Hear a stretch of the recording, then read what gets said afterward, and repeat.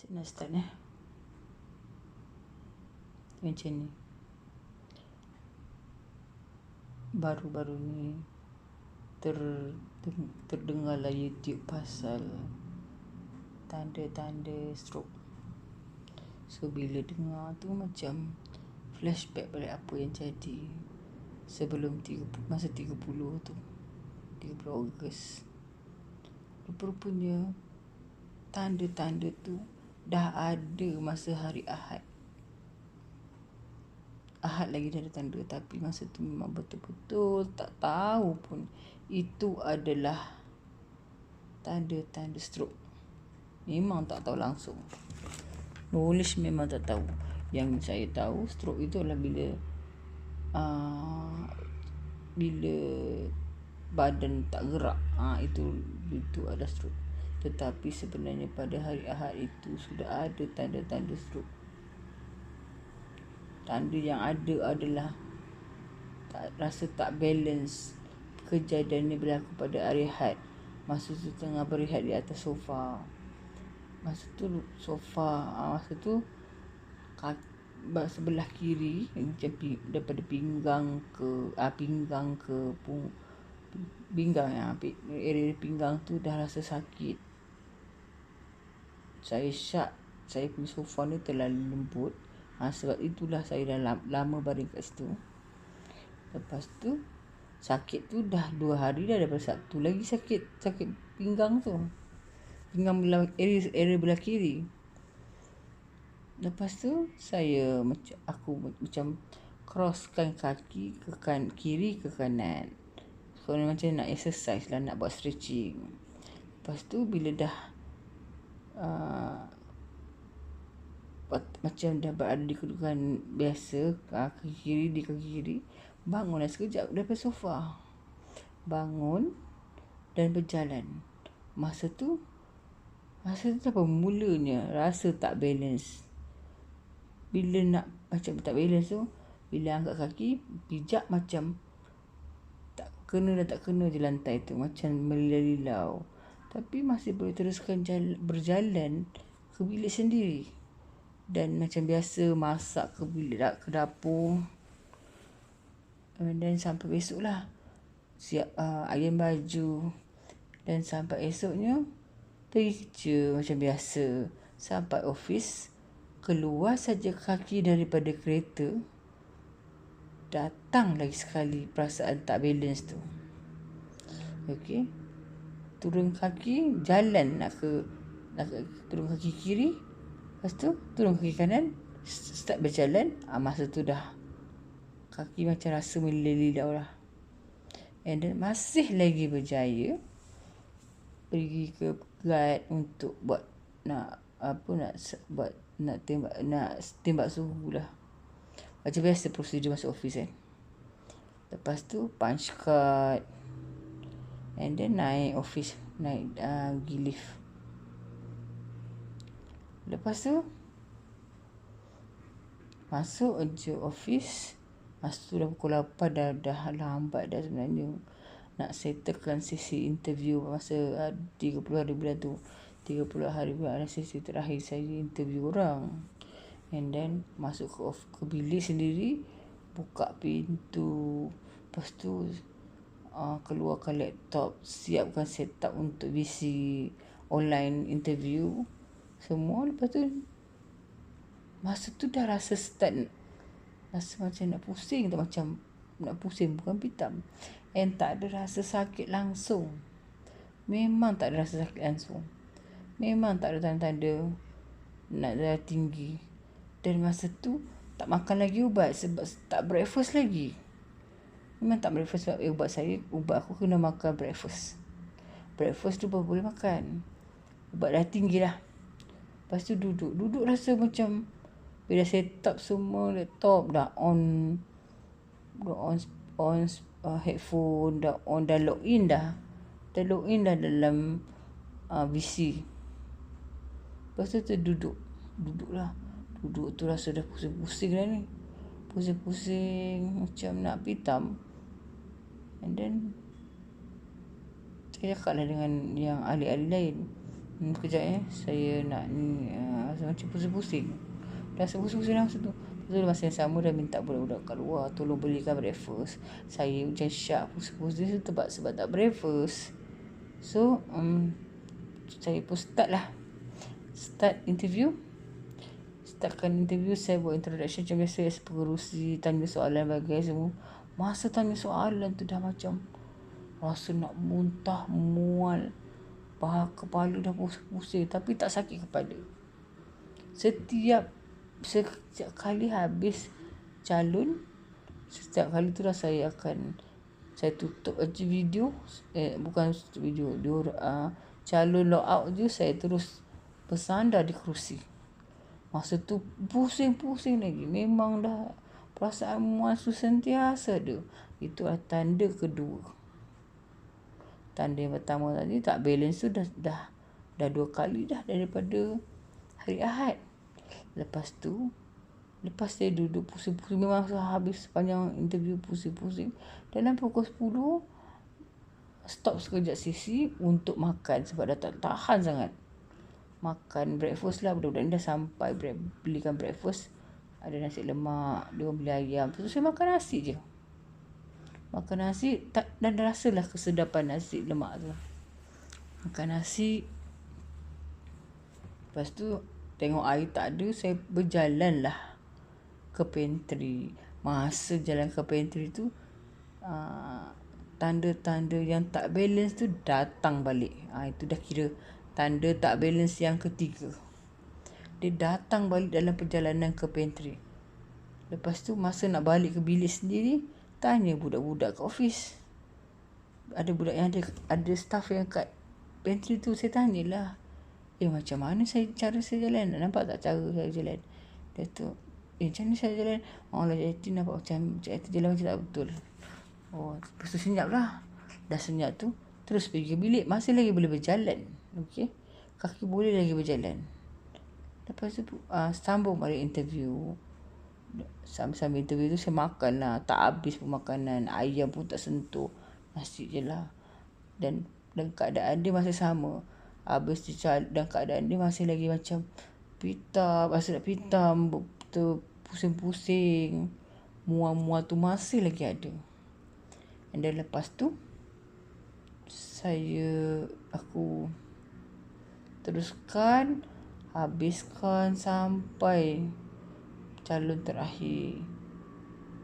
Perasaan habiskan setiap calon tu sangatlah, orang kata, sangat lega sebab tak perlu nak tanya-tanya soalan. Sebab bila depan calon ni saya kena beraksi macam biasa, tak ada apa-apa, kita kena profesional kan. Lepas tu masa tu memang target nak habiskan interview je. And then lepas tu habis saja calon ke-15, terus tersandar lagi sekali. Tersandar dalam keadaan yang agak lama sikit, macam seolah-olah merehatkan diri. Lepas tu dah habis semua sesi, dah say goodbye semua orang, terima kasih dan sebagainya. Saya pun bangunlah daripada tempat duduk sendiri untuk bergerak. Konon-konon nak macam masa tu dah order makanan. Dah order ke belum tak ingat lah. Makan untuk lunch. Bergerak. Masa tu masih lagi tak makan apa. Ubat dah tinggi. Lepas tu masa nak gerak, bangun dan nak gerak kaki kiri, kaki tak gerak langsung. Masa tu tak sedar pun tangan macam mana. Tangan tak yang sedar, kaki tak boleh gerak. Saya dah panik lah. Dan masa tu masih lagi tak tahu itu adalah tanda stroke. Itu adalah di mana dia serang teruk sampaikan saya tak boleh bergerak. Sebelum ni dia serang tak balance tapi masih boleh bergerak. Yang kali yang last ni pukul 12 lebih tu dia serang dan terus tak bergerak. Okey. Lepas tu panggil lah staff kat luar.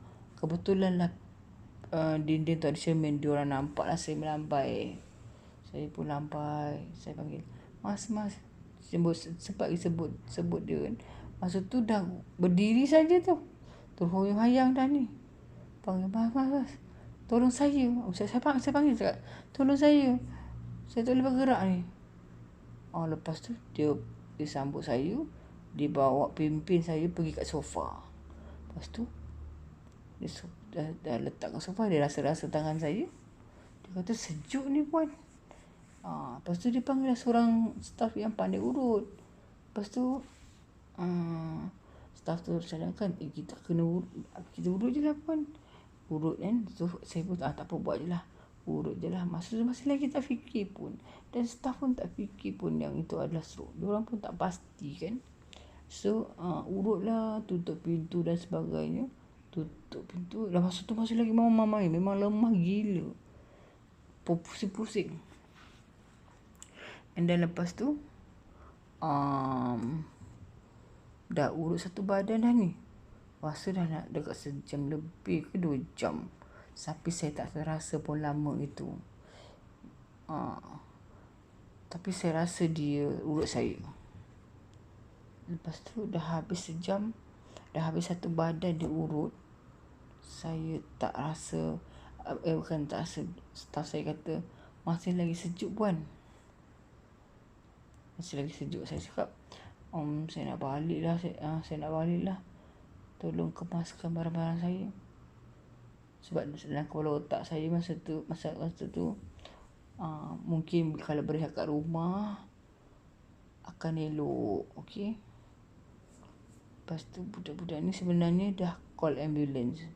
Sebab ada saya terdengar seorang tu cakap macam takut stroke. Kata macam itu, call ambulance. So saya tak ada cakap apa-apa lah. Saya cakap, okay, tak apalah, walaupun masuk hospital, masuk je lah, tak apalah kan. Lepas tu dia orang beritahu saya cakap saya nak balik. Saya nak rehat kat rumah je. Sebab nak berehat kat office memang tak boleh. Sebab sofa tu tak sesuai untuk saya berehat. Dan saya tak berani nak sorang-sorang sebab diorang at the end petang akan balik kan. Lepas tu diorang kata ambulance on the way, tak nak sampai.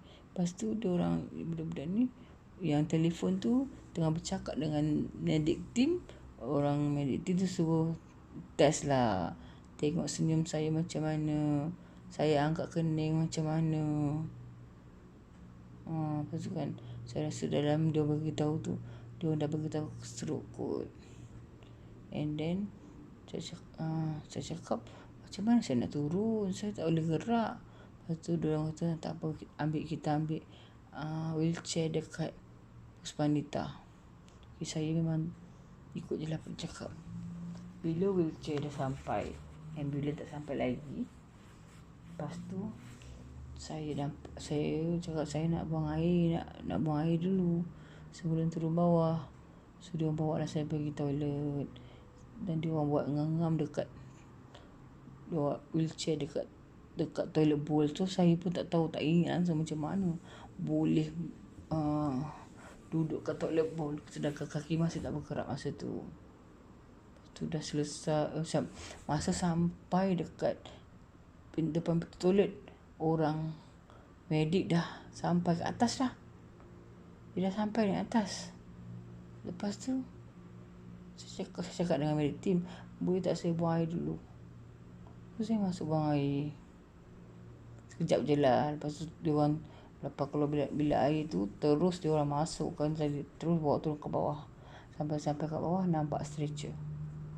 Saya dah macam kalau nampak stretcher ni macam kes berat ni, takkanlah macam teruk sangat keadaan aku sampai nak kena angkat kan. Nak kena angkat dengan stretcher. So saya redha je, buatlah apa saja. Lepas tu diorang masuk dalam ambulans. Dan masa diorang masuk ambulans tu, saya nampak lagi orang-orang ramai dah orang kat luar.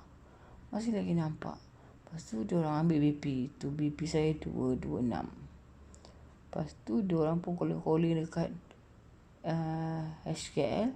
Dia kata macam seolah-olah saya ni zon hijau. Saya dah lega sebenarnya bila zon hijau tutup sampai zon yellow zone. Duduk masuk dalam yellow zone tu, Saya macam mama-mama jugalah.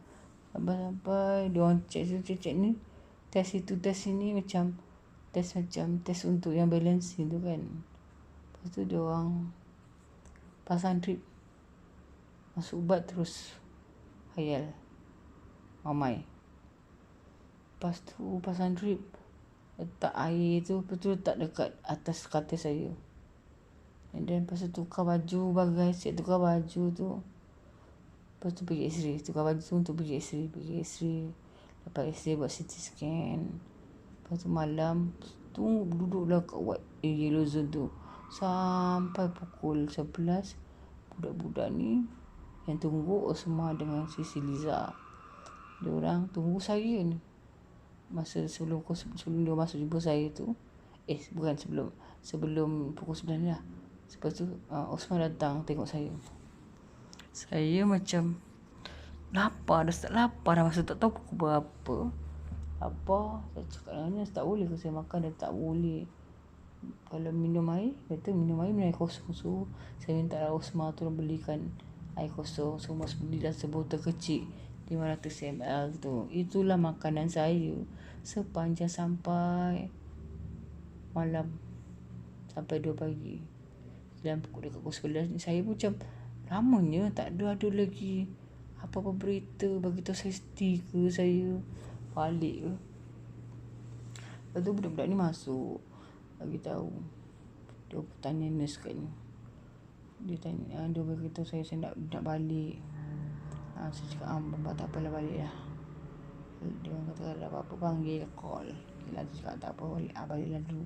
So saya tunggu lagi. Dalam pukul 2 doktor datang. 2 pagi doktor datang. Doktor bagi tahu. Doktor cakap pun suruh CT scan semua. Lepas tu dia buat lagi lah test yang apa tu? Tas jadi dia, tas hidung saya. Tak jadi tas hidung. Dia buatlah sebelah kanan. Okey, tapi sebelah kiri tetap melilau. Lepas tu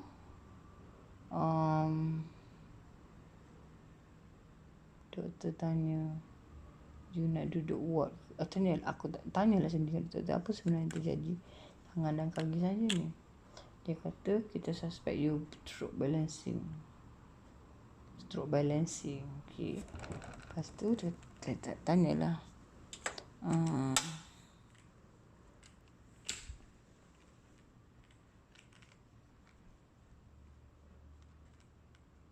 apa plan doktor? Dia kata you nak duduk ward ke? Lepas tu saya tanya, lepas tu aku tanya kat dia, boleh ke saya duduk ward? Pelik betul lah si HKL ni, boleh pula dia minta aku buat decision, sedangkan tengah tak fikiran tak betul kan. Tak terfikir. Lepas tu doktor cakap, you kalau nak duduk rumah kena ada orang jaga, sebab you tak berjalan. Lepas tu dia test lagi berjalan. Bila dia test berjalan tu kan, cuba bergerak ke kanan, okey boleh bergerak. Cuba gerak ke kiri, tak boleh gerak. So dia kata, kalau you nak duduk rumah, you kena ada orang jaga. Okey, kalau you nak duduk buat takut kena COVID. Bila dengar takut pasal COVID tu, teruslah cakap, saya nak duduk rumah je doktor. So kalau duduk rumah, apa plannya? Dia kata duduk. Tapi kalau you nak duduk rumah, you kena ikut kita punya plan. Kena pergi jumpa neuro. Nanti saya akan keluarkan surat neuro atau doktor lah. Lepas tu kena buat fisio, makan ubat cadar darah. So cakap, tak apalah doktor, saya ikut je lah apa doktor cakap. So ikutlah. Lepas tu saya boleh discharge doktor. You boleh discharge. Lepas tu aku pun terus call Sisi, bagi tahu Sisi masuk sudah dekat pukul, dan dekat pukul 2 lebih, dekat pukul 3 dah. Call Sisi, Sisi kata tak apa cerita, saya datang. Sisi datang dengan housemate dia.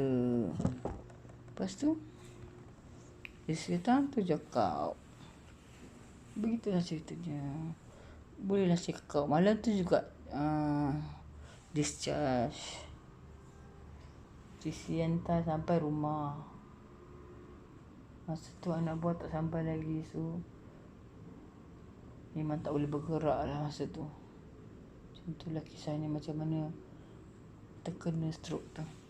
Tanda-tanda tu dah ada di hari-hari, tapi disebabkan tak tahu itulah tanda, merasakan benda-benda biasa. Dan dekat office pun, budak-budak office pun tak tahu itu tanda stroke.